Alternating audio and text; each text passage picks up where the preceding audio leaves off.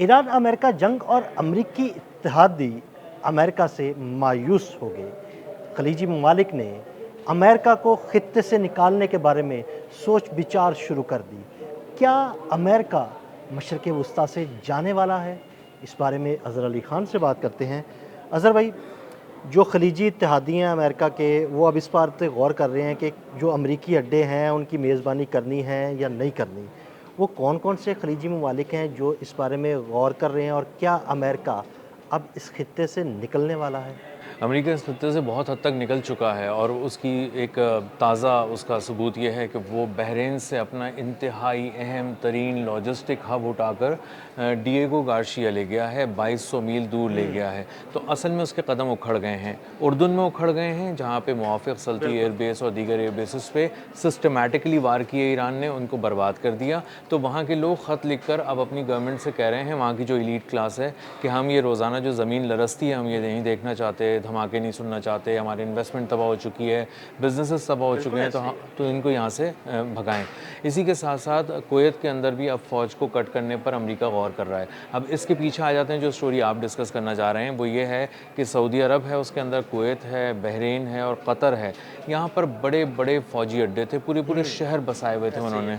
तो अब इन्होंने कहा कि आपने इतनी बड़ी हमारी ज़मीन ली, उस पर आकर बैठ गए इस शर्त पे कि आप हमें तहफ़्फ़ुज़ फराहम करेंगे, लेकिन आपके तो खुद बखिए उधड़ गए, आपके तो आप चीथड़े ये तो उड़ते हुए खुद देखे अपना हमने। तहफ़्फ़ुज़ नहीं कर पाए। नहीं तहफ़्फ़ुज़ कर पाए, इनके चीथड़े उड़ते हुए देखे, इनके जदीद तरीन फ़ौजी साजो सामान के चीथड़े उड़ते देखे। तो उसके बाद हमारी ज़मीन गैर महफूज हो चुकी है। हम यहाँ पर पुरअमन मुल्क के तौर पर थे, हमारे पास इन्वेस्टमेंट आ रही थी, हमारे पास जो भी आता था वही देखता था कि अगर सऊदी अरब में बिज़नेस करना है, अगर बहरीन में बिज़नेस करना है, कतर में बिज़नेस करना है और मुत्तहदा अरब अमारात में बिज़नेस करना है, तो तो ये ये महफूज़ तरीन जगह हैं। महफूज तरीन जगहें हैं। ये कुछ जगहों को तो देख के गुमान होता था ये शायद जन्नत है, इतनी परफेक्शन के साथ चीज़ें बिछाई हुई थी, दुनिया में ये जन्नत है। तो इस चीज़ को, सरमायाकारों की इस जन्नत को हमने उजड़ते देखा, बुरी तरह उजड़ते देखा।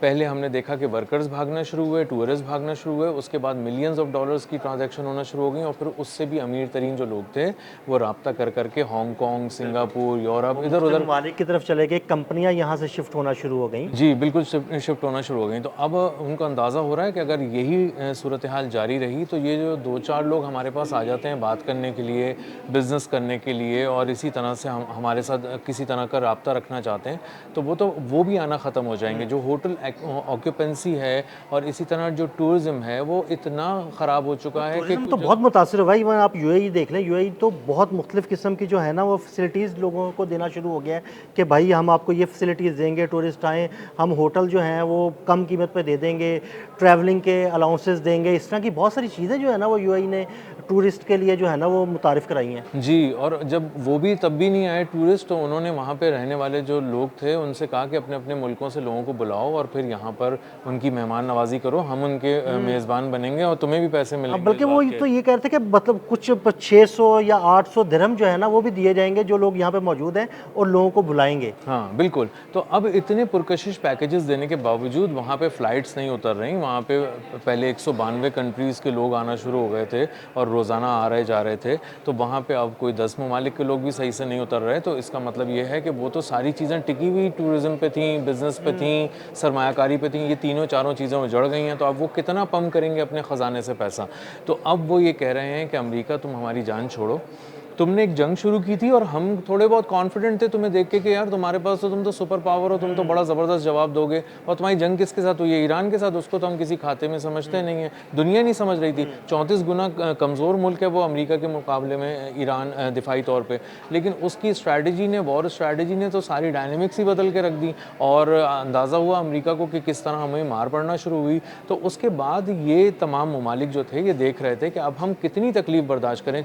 6 महीने हो चुके हैं और अंदाज़ा ये है कि आप इसको खींच के अगर 2-4 महीने और ले गए तो ये तो पूरा साल हो जाएगा। तो अज़हर भाई देखें ना, 6 महीने हो चुके हैं। ये खलीजी ममालिक ऐसे ममालिक हैं जिनकी सारी तिजारत जो है ना वो तेल की है। वो तेल की तिजारत रुक गई या वहाँ पर टूरिस्ट आते हैं। यूएई आप देख लें, तो अगर टूरिस्ट भी नहीं आएंगे तेल की तिजारत भी नहीं होगी, तो इसका मतलब सरमाया नहीं आएगा या पैसा नहीं आएगा। अगर पैसा नहीं आएगा तो वो जो अय्याशी की ज़िंदगी गुजार रहे थे, वो ज़िंदगी तो ज़मीन बोस हो जाएगी। बिल्कुल, हम रियाल, दिरहम और दिनार, इन 3 करेंसीज़ को हमने अपने बचपन से कभी भी हमने इसको कमज़ोर नहीं देखा। हमने हमेशा ये समझा कि उस साइड पर यूरो है और उस साइड पे पाउंड स्टर्लिंग पाउंड्स है, यूरो है, डॉलर है, डॉलर ये है इस तरह की और इस तरफ ये सारी करेंसीज़ हैं, तो ये सारी मजबूत ही देखी हैं हमने, कभी कमज़ोर तो देखी नहीं है। लेकिन अब हम देख रहे हैं कि ये कमज़ोरी नज़र भी आ रही है। अब हम किसी को कहें कि अगर तुम यूएई जाना चाहते हो तो वो डरेगा, सोचेगा 10 दफ़ा। तो इसका मतलब ये है कि ये पूरा खित्ता उजड़ गया है अमेरिका की वजह से और इस खित्ते को उजड़ता हुआ नहीं देख सकते।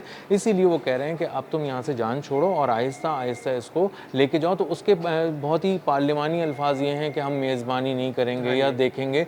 असल में वो 2 लफ्ज़ों में ये कहना चाह रहे हैं, जान छोड़ो, यहाँ से चले जाओ, यहाँ से तुम उखड़ चुके हो, तुम यहाँ बर्बाद हो चुके हो, अब हमारी बची कुची ज़मीन जो रह गई है उसको हमें आबाद रखने दो। अच्छा अज़हर भाई, ये जो बयान सामने आया है, ये जो बातें सामने आई है, तो इसको ऐसा समझें कि अमरीकी इत्तेहादी भी जो है ना, वो भी पीछे हट गए हैं और अब अमेरिका यहाँ से जाने वाला है। और अगर अमेरिका यहाँ से जाने वाला है तो क्या वो इन्वेस्टमेंट जो यहाँ से वापस चली गई थी वो दोबारा यूएई वगैरह में आएगी?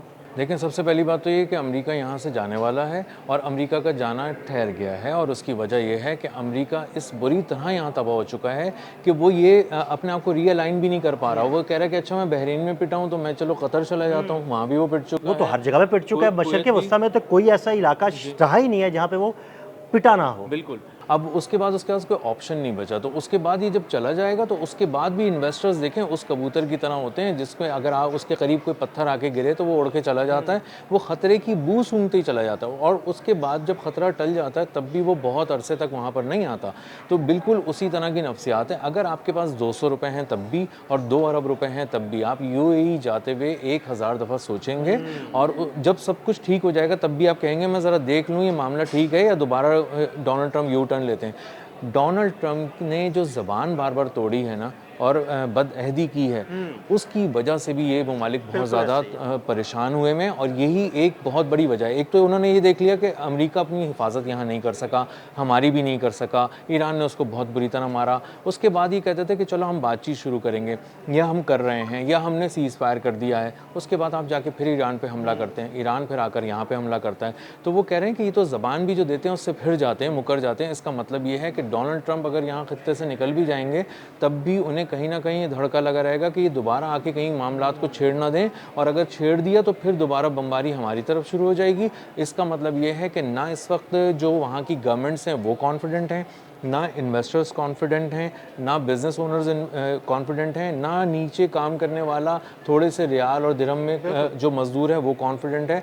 तो अगर इस तरह की कोई चीज़ रहती है तो ये खित्ता आगे भी आग का मरकज़ बना रहेगा और कोई ना कोई ऐसी चीज़ चलती रहेगी और ये एक भी ड्रोन का मुतहम्मिल नहीं हो सकता, एक बैलिस्टिक मिसाइल का मुतहम्मिल नहीं हो सकता। ये इतनी बड़ी सरमायाकारी की जन्नत है कि यहाँ गोली भी चल जाए तो बहुत बड़ी खबर ठीक बनती है। है। अच्छा, अगर अमेरिका इस खित्ते से निकल जाता है और कहीं बाहर बैठ के ईरान पर हमला करता है तो क्या ईरान फिर भी इन खलीजी ममालिक को निशाना बनाएगा? अगर ईरान नहीं भी बनाएगा तब भी बहुत ज़्यादा मसला रहेगा। मिसाल देता हूँ मैं आपको, डिएगो गार्शिया है। जी बिल्कुल, बहरे हिंद में एक आइलैंड है और वहाँ पर एक बेस बनी हुई है जो इनिशली इंग्लैंड के जो है ना वो ज़ेरे असर है और वहाँ पर अमरीकी बेस भी बनाई गई है। जी जी।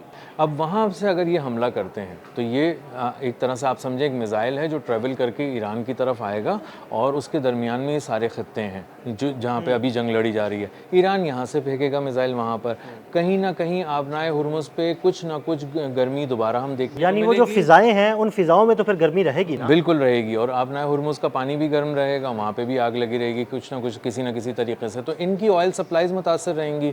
जो फ्लाइट्स कमर्शियल आसानी से आराम से लैंड करती थी वो उस तरह से नहीं करेंगी।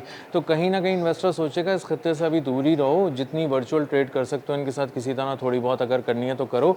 लेकिन वो जो आप फ़ौरन सूट पहनते थे और एक फ़्लाइट लेते थे बुक करा के और आसानी से बगैर कोई खबर देखे वहाँ लैंड कर जाते थे बगैर और ख़बरें भी नहीं देखते थे कि क्या सूरत हाल है, वो चीज़ अब बिल्कुल ख़त्म हो चुकी है और उसको बहाल होने में साल 1.5 साल लग सकता है। और अगर इतने अरसे के अंदर सब चीज़ें ठीक भी रहीं और इन्वेस्टर्स का कॉन्फिडेंस कॉन्फिडेंस शेकी रहा तब भी इस खत्ते को बहुत ज़्यादा और बहुत गैर मामूली नुकसान होगा और आने वाले दिनों के अंदर बिजनेसेस इतने आसानी से हमें उभरते हुए नज़र नहीं आ रहे हैं यहाँ पे। बहुत शुक्रिया अज़हर भाई ने बड़ी तफसील के साथ इस सारे मामले पर रोशनी डाली। मज़ीद अपडेट्स के लिए हमें फॉलो करते रहें। अदील अहमद और अज़हर अली ख़ान को इजाज़त दीजिएगा।